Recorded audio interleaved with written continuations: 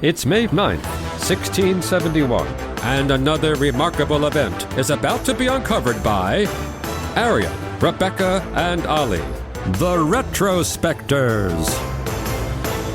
So it was on this day that a wanted criminal stabbed and bludgeoned a 77-year-old man in an attempted robbery. Nowadays, the poor old man would be on the front page of the Daily Mail from his hospital bed, but in the more rough and tumble times of the 17th century, it was his assailant who became front page news. Yes, he was an Irish adventurer, and his name was Thomas Blood, also known as Captain Blood, which is just too perfect a name to be a real person from history.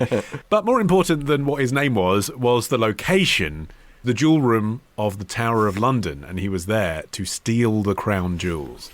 And he was involved in a pretty audacious and quite complex heist, actually, that had involved him getting to know the keeper of the jewels, Talbot Edwards, who lived on the same floor as the jewels themselves. And Blood had donned the disguise of this parson and went to see the crown jewels, and he became friendly with Edwards and then returned at a later date with a woman who was pretending to be his wife.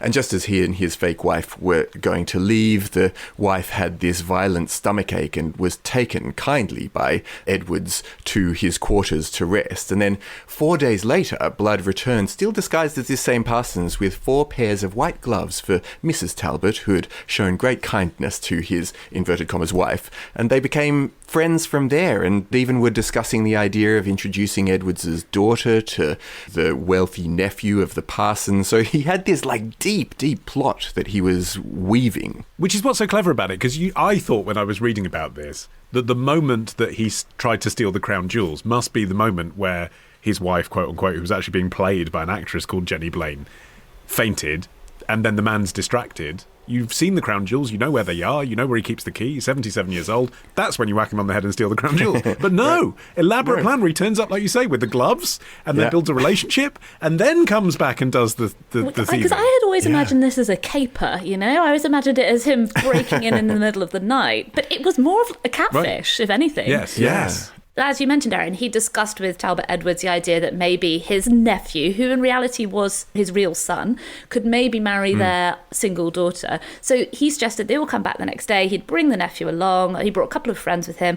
And then as Talbot's wife was cooking a meal for them, he said, why don't we all go into the jewel room and take a look at the jewels? Classic. Well, let's talk about just how bad the security was at the Tower of London at this point. Edwards, this 77-year-old keeper of the jewels, basically worked for tips.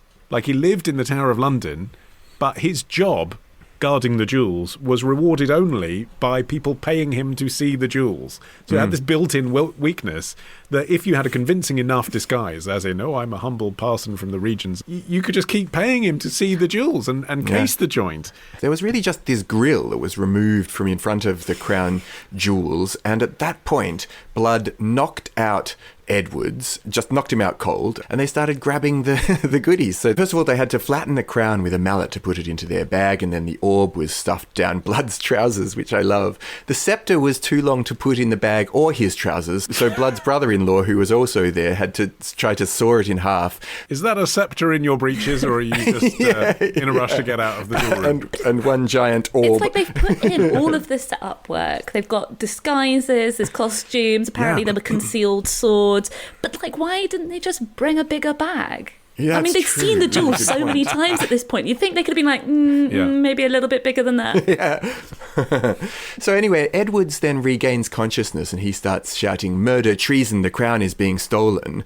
And Blood and his men just dropped the scepter and tried to run away. And as they were running away, they were firing back, also shouting treason in an attempt to confuse their pursuers, which I also love. That they're like, "No, you're the treasonous ones. No, you're the treasonous ones." And he would have got away with it too if it wasn't for those pesky Edwards kids, because Talbot Edwards' son just happened to be staying at they'd cased the joint, they'd done their research, it was an old man, but they hadn't anticipated for his military serving son happening to be at home when they went there. And so a chronicler of the time reports the drama very well, actually. 2 of them went into the rooms, whilst the other third stayed at the door, bound, wounded and gagged Mr. Edwards, who had the custody of it, the crown jewels, and carried away the crown. Mr. Edwards' son, coming in and finding his father in that condition, pursued one of the villains, shot at him but missed him, as also the sentinels, but they were so closely followed that 2 were taken about the Iron Gate. So if his son hadn't come in at that moment and raised the alarm, then they actually probably would have been able to flee with these jewels. Yeah, and it was his friend, a guy called Captain Beckman, who was the one who actually managed to catch up with Blood in the end, just as he was about to get on his horse too. So if it hadn't been for those 2, they might have been able to get away with it, because Blood had got away with a lot of stuff in the past. Yes. It's interesting, isn't it, that we're getting to this point of the story before saying who Captain Blood is. But let's remind ourselves of where we are in history at the moment. So these crown jewels that he was stealing were actually new jewels, hot off the press, basically, because the original crown jewels had been sold off or destroyed when Charles I was executed. Interestingly, Captain Blood had actually been on the side of royalty. He was a royalist, and that will come into play in a moment. And he switched to the Roundheads in the Civil War when he saw the way the tide was turning. Under Cromwell's government, got land in Ireland. And then when we had the restoration of the monarchy, Charles II's government then took away all the land from the people that had been awarded it under Cromwell, which left him seriously pissed off. Yeah, he'd joined together with a bunch of disgruntled Cromwellians and attempted to seize Dublin Castle and to take the governor, Lord Ormond, prisoner. And Ormond was one of these wealthy royalists who had profited well from the restoration. But again, the plot failed, and Blood had to flee to Holland, now with a price on his head. But in spite of being one of the most wanted men in England, Blood returned in 1670 and was practicing as a doctor in Romford. But he wasn't over his beef with Lord Ormond. He tried to revenge himself in another incredibly daring plot. I don't know if you could really get away with more. What did he put down his trousers that time? Well, he staked out Ormond's home in London, Clarendon House, and then he tried to abduct him as he returned, and he actually did. He seized him, dragged him onto a horse, and there was this scuffle where their plan was to take him along Piccadilly, take him to Tyburn Gallows, and sort of do this spontaneous hanging. But luckily, Ormond had this faithful servant who had followed along behind and managed to get him out of the grasp of the gang. So by this point, Thomas Blood was very much a wanted man. Okay, so fast forward back to the Tower of London. He's just been captured. As the soldiers seized him, he cried, "It was a gallant attempt, however unsuccessful. 'Twas for a crown." And then he's taken away. And then he says, "I'm not going to give you any information about how I put this together until I speak to the king." Now, bear in mind, if you're Charles II and you know this guy from what we've just outlined, would you speak to this man who has just literally smashed your crown in pieces and put it down his pants?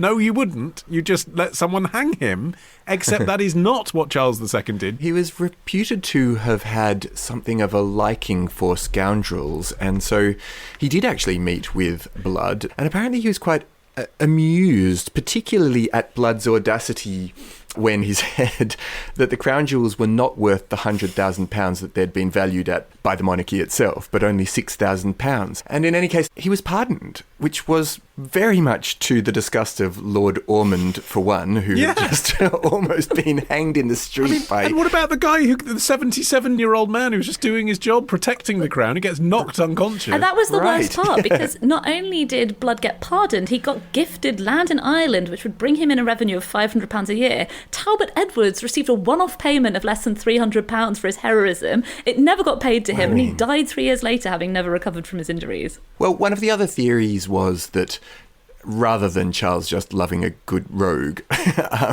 perhaps he saw Blood as a valuable ally who was potentially worth more to him alive than dead. And the theory goes that in later years, Blood may have joined his network of spies throughout Ireland. Yeah, we'd already shown his ability to flip-flop, hadn't he? Right. And he was obviously pretty conniving.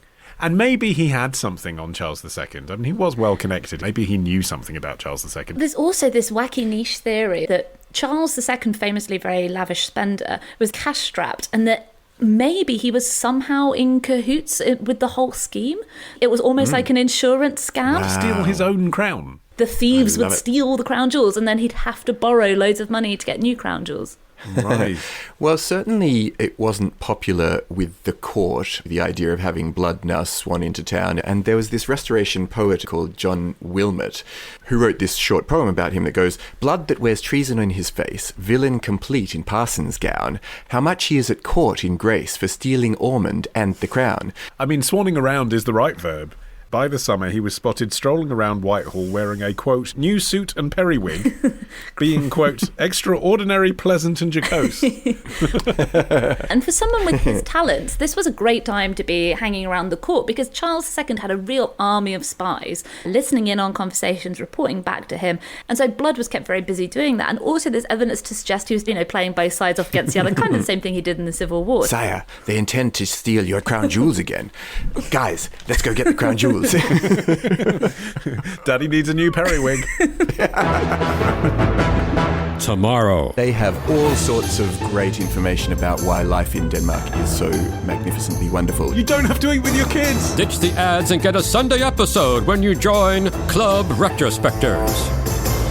Patreon.com/retrospectors.